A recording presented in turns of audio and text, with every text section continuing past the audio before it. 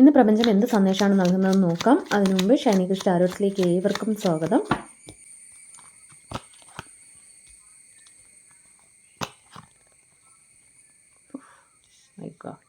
നിങ്ങൾക്ക് ആരുമായിട്ട് ഒരു വഴക്ക് നടന്നിട്ടുണ്ട്. അത് നിങ്ങളുടെ കൂടെയുള്ള റിലേഷൻഷിപ്പിലാവാം, കരിയറിലാവാം, ആരുമായിട്ടും ആവാം.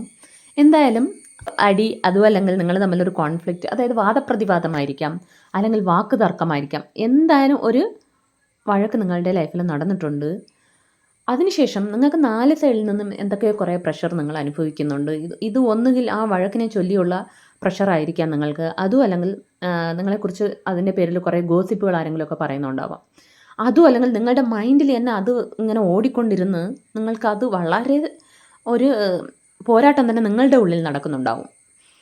എന്തായാലും അതുകൊണ്ട് തന്നെ നിങ്ങളിപ്പോൾ ഒരു ഒറ്റപ്പെട്ട അവസ്ഥയിലാണ്. നിങ്ങൾക്കിപ്പോൾ തനിച്ചിരിക്കാനാണ് ആഗ്രഹിക്കുന്നത്. അതും അല്ലെങ്കിൽ അങ്ങനെ ഒരു സിറ്റുവേഷനിൽ നിങ്ങൾ ഇരിക്കുന്നുണ്ടാവാം.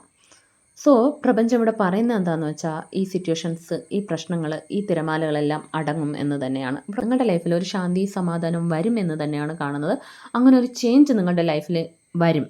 അതുകൊണ്ട് ഇപ്പോൾ ദുഃഖമാണല്ലോ, ഇപ്പോൾ പ്രശ്നമാണല്ലോ, എന്നെ 4 സൈഡിൽ നിന്നും കുറേ പ്രശ്നങ്ങളാണ്, എന്നെ ആരും മനസ്സിലാക്കുന്നില്ലല്ലോ എന്ന് പറഞ്ഞ് നിങ്ങൾ ഒരുപാട് വേദനിച്ച് തളരണ്ട.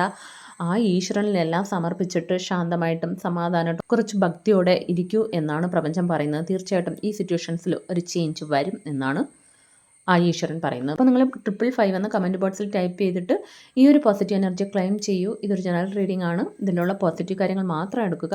Thanks for watching.